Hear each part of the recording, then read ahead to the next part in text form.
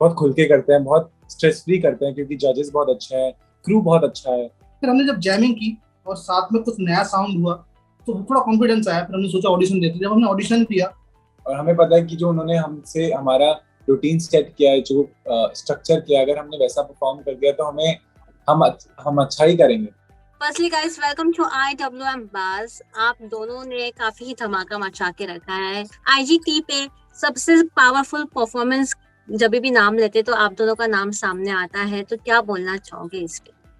Ma'am, thank you so much for inviting us सबसे पहले तो। और बहुत खुश है हम आपसे बात कर पा रहे हैं। बहुत मजे आ रहे हैं, बहुत अच्छी जर्नी रही है क्योंकि जर्नी का सबसे बेस्ट पार्ट रहा है कि हमारा हेड स्पेस बहुत अच्छा रहा है, यहाँ का जो माहौल है बहुत ही अच्छा रहा है, सारे लोग जो हैं बहुत अच्छे हैं। और इसलिए हम परफॉर्म भी ना वो बहुत खुल के करते हैं, बहुत स्ट्रेस फ्री करते हैं क्योंकि जजेस बहुत अच्छे हैं, क्रू बहुत अच्छा है, और जो ओवरऑल एनवायरनमेंट है इट्स वेरी वेरी नाइस। तो बहुत मजे आ रहे हैं और ये जो जर्नी है आई थिंक बहुत ही अच्छी रही है, काफी लोगों का प्यार मिल रहा है और आई होप सबको हमारी परफॉर्मेंसेस पसंद भी आ रही है और आई होप हम ऐसे अच्छा परफॉर्म करते रहे फिनाले के लिए भी। मनुराज जी, आप क्या कहना चाहोगे अपनी जर्नी के बारे में? कहाँ से शुरुआत, कैसे ये दो लोग मिलके एक जोड़ी बनी है पावरफुल परफॉर्मेंस वाली? हम एक्चुअली मैं अपने ग्रुप के साथ आया था। मेरा खुद का ग्रुप था जो कि इंडियन क्लासिकल म्यूजिक परफॉर्म करते थे, और दिव्यांश भी अपने ग्रुप के साथ आया था। उसके बाद पार्टनर के साथ आया था। तो ऐसा कुछ हुआ कि मेरे पार्टनर जो भी थे मेरे साथ वो नहीं आ पाए एंड मूवमेंट देने आए। तो मैंने दिव्यांश ये प्रैक्टिस करी, अब कैसे करेंगे अकेले।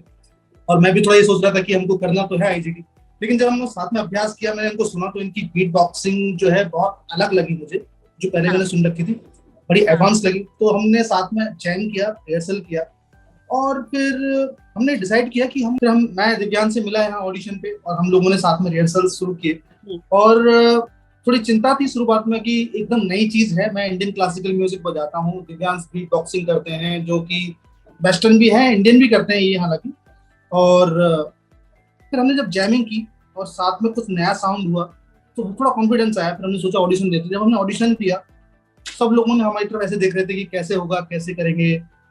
लेकिन हमारी जब फर्स्ट परफॉर्मेंस हुई और जजेस ने हमको इतना अप्रिशिएट किया और हमको फर्स्ट परफॉर्मेंस में गोल्डन बजर मिल गया था, तो उससे हमारा कॉन्फिडेंस बहुत बढ़ा। तो उसके बाद फिर हमने सोच लिया कि अब हमको ऐसा काम करना है जो पहले कभी नहीं हुआ। फिर उसके बाद की जर्नी अब आप देख रही हैं। पर चैलेंजिंग भी काफी है, जस्ट बिकॉज एक क्लासिकल है और एक एकदम वेस्टर्न है। पर जब क्लासिकल और वेस्टर्न मर्ज होगा, जो एक नया रूप में सामने आता है, वो काफी ही चैलेंजिंग होता है। तो आप दोनों के लिए कितना चैलेंजिंग होता था? कैसे सुर बैठ पाते थे एक साथ? हम वो कहते हैं ना कि गुलाब ऐसे ही गुलाब नहीं होता, या कांटों में पलने से आती है। हाँ। तो ऐसा मतलब चैलेंजेस तो क्या बोले, क्या है कि जब आप म्यूजिशियन होते हो या कुछ भी आर्ट फॉर्म लेते हो तो चैलेंजेस आएंगे, वो चैलेंजेस ही आपको आर्टिस्ट बनाते हैं आई थिंक।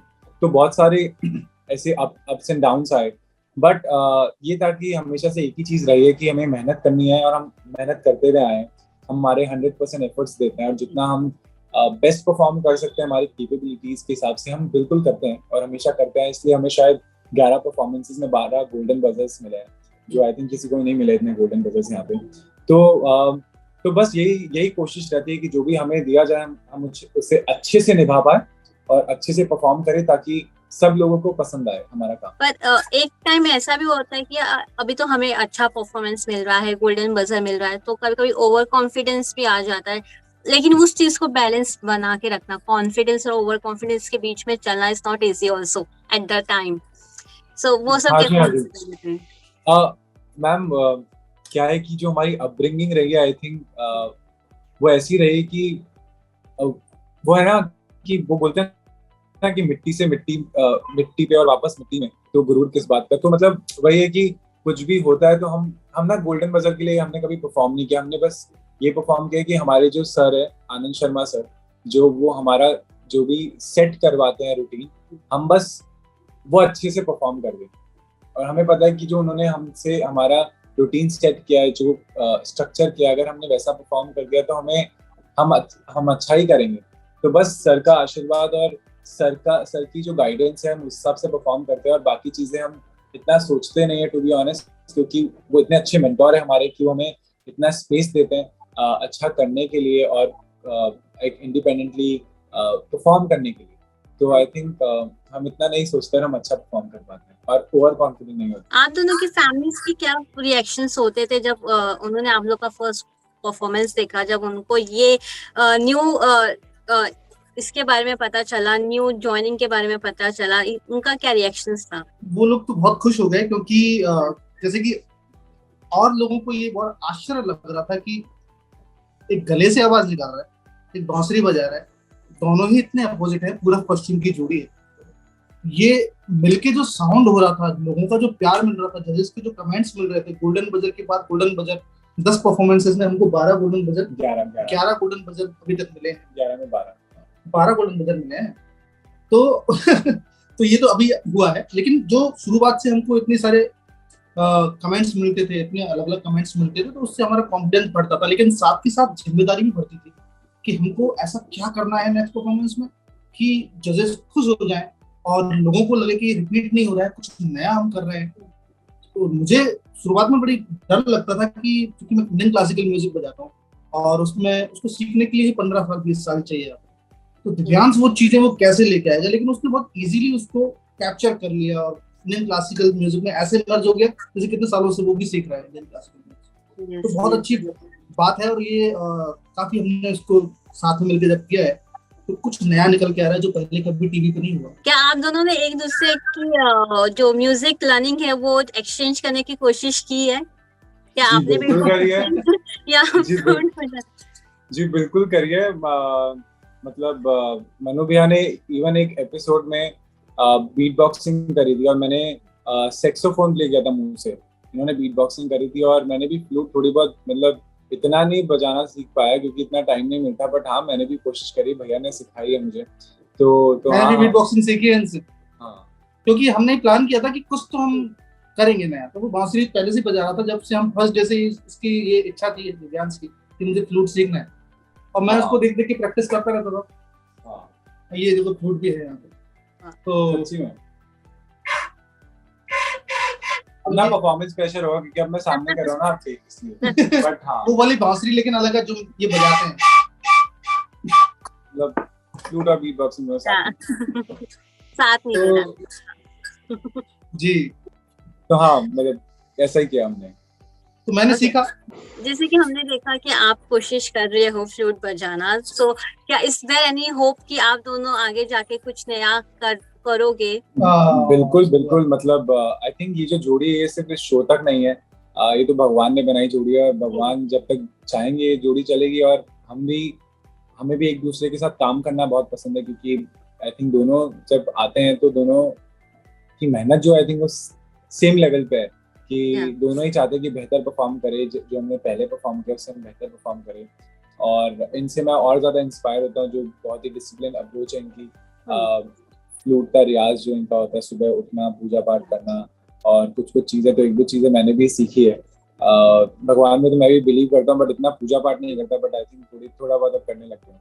तो यही है कि ये सिर्फ जोड़ी जो है ये यहाँ तक सीमित नहीं रहने वाली है, इसके आगे भी हम इंडियाज गॉट टैलेंट को रिप्रेजेंट करेंगे पूरे वर्ल्ड में और ऐसे ही नाम रोशन करेंगे अपने देश का। और आपने नए की जब बात की कि कुछ नया करेंगे, तो मैं आपको एक छोटी सी बात बताना चाहता हूँ कि हमारा जो हिंदुस्तानी शास्त्रीय संगीत है ना, तो उसको जल्दी से समझना आसान नहीं है क्योंकि हर को उसको सीखना पड़ता है, उसको समझने के लिए थोड़ा और अंडरस्टैंडिंग चाहिए होती है, थोड़ा सा और कंसंट्रेशन पावर चाहिए।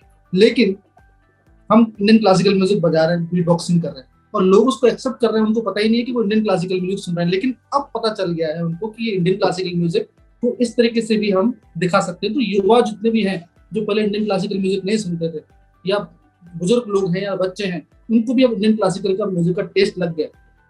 और एक खास बात यह है कि जब भी हम परफॉर्म करते हैं ना, तो कुछ नया ही इम्प्रोवाइजेशन होता है, कोई भी रिपीटेशन नहीं है उसमें। तो ये सबसे बड़ी खास बात है हमारे हिंदुस्तानी शास्त्रीय संगीत की कि मैं जो भी बजा रहा हूँ वो ऑन द स्पॉट क्रिएट हो रहा है और वो ऑन द स्पॉट उसको इम्प्रोवाइज कर रहा है साथ में। तो हर बार नई चीज होती है, हर बार नई होगी, आप कभी रिपीट नहीं सुना। आप तो जजेस के भी काफी ही फेवरेट बन चुके हो, तो क्या बोलना चाहोगे इस पे? आए दिन हम कुछ ना कुछ नई चीज देखने को मिलता है जजेस के साथ आप दोनों के परफॉर्मेंस के बाद, तो जब जजेस इतना आपको प्रोत्साहन देते हैं तो एनर्जी और कॉन्फिडेंस कितना बढ़ जाता है। जी, हमारे जो जजेस हैं चारों जानी मानी हस्तियां हैं, और जब वो हमें इस तरह से अप्रिशिएट करते हैं, इस तरह से बढ़ावा देते हैं, तो of course we also feel very confident and we also feel good about ourselves and like our art, कि हमें इतना बढ़ावा दिया जा रहा है और इतना एक्सेप्ट किया जा रहा है इतने ओपन माइंडसेट से, जो कि बहुत ही सही बात है, क्योंकि हमारे पास मैम अल्फाज नहीं है, जो है एक धुन और एक ताल है, जिससे हम बात करते हैं और गाना गवाने की कोशिश करते हैं, जो गाना परफॉर्म कर रहे हैं, और लोग गाते भी है, गुनगुनाते भी हैं और एंजॉय भी करते हैं। और आई थिंक जो अच्छे व्यूअर्स है, जो भी व्यूअर्स उन्हें पता चलता है कि कितनी स्ट्रेंथ लगती है ये पूरा रूटीन करने में जो हम करते हैं। और तो मतलब हाँ, मतलब जजेस का काफी सपोर्ट रहा है, काफी अप्रिशिएट किया है, क्योंकि यूनिक चीजें ये कभी हुई नहीं है वर्ल्ड में, ऐसा कुछ कभी हुआ नहीं है, और ये इंडिया में हो रहा है। सब बोलते हैं कि मुझे अमेरिकाज़ गॉट टैलेंट जाना है, हमें यहाँ जाना है, हमें आईजीटी जीतना है, क्योंकि हमारे लिए I think India's got talent बहुत बड़ा है, सारे मंच जो भी है उससे, क्योंकि यहाँ पे इंडियन टैलेंट्स आते हैं, वहाँ पे क्यूरेटेड टैलेंट्स आते हैं, वहाँ पे उस कंट्री का फलाना कंट्री का अमेरिकाज़ गॉट टैलेंट होता है, इंडिया में इंडिया का टैलेंट होता है, और यही हमारी संस्कृति है जो हम दिखाते हैं और देखने को मिलती है इंडियाज गॉट टैलेंट के नाम। जैसे कि आपने कहा कि ना सभी को अलग अलग टैलेंट शो पे जाना रहता है, लेकिन इंडिया एक ऐसा प्लेस है जहाँ हमें वेरिएशंस ऑफ टैलेंट्स देखने को मिलते हैं और काफी प्रोत्साहन भी मिलता है ऑडियंस से भी जब ऐसे टैलेंट आते हैं। ऑडियंस ने आप लोगों को टॉप पे पहुंचाया है, फिनाले आने वाला है, कितना स्पेशल महसूस कर रहे हो या प्रेशराइज महसूस कर रहे हो? जी, प्रेशराइज बिल्कुल नहीं है, क्योंकि हमें हमेशा ऑडियंस ने बहुत प्यार दिया है, हमें काफी वोट्स दिया है, और हम अभी भी होपफुल हैं कि कल हमारी जो वोटिंग है 10 तारीख को संडे को, तो हमें लोग बहुत भर भर के वोट करेंगे, क्योंकि फाइनल वोटिंग है और इससे पता चलेगा कि इस शो का विजेता कौन होगा। और हम बिल्कुल विजेता बनना चाहते हैं, क्योंकि हमने शुरू से मेहनत करी, कंसिस्टेंट रहे हम, और हम चाहते हैं कि हम जीते। तो we really hope that audience हमें वोट करेगी, और शायद 2 इंस्ट्रूमेंटलिस्ट को आगे बढ़ने का मौका देगी, क्योंकि क्या होता है कि जब भी इंस्ट्रूमेंटलिस्ट होते हैं तो आप ये इमेजिन करते हो कि वो किसी सिंगर के पीछे बजाते हैं, बट इंडियाज गॉट टैलेंट के मंच से हमें वो पहचान मिली जहाँ हम आगे खड़े हैं और एक दूसरे के साथ बातें कर रहे हैं संगीत में, और नाम कमाया है हमने काफी, और हमें देखने को मिलता है जब भी हम बाहर जाते हैं। तो we really hope that we win this show. Yes. One final message for the audience. Sorry, a final message for audience.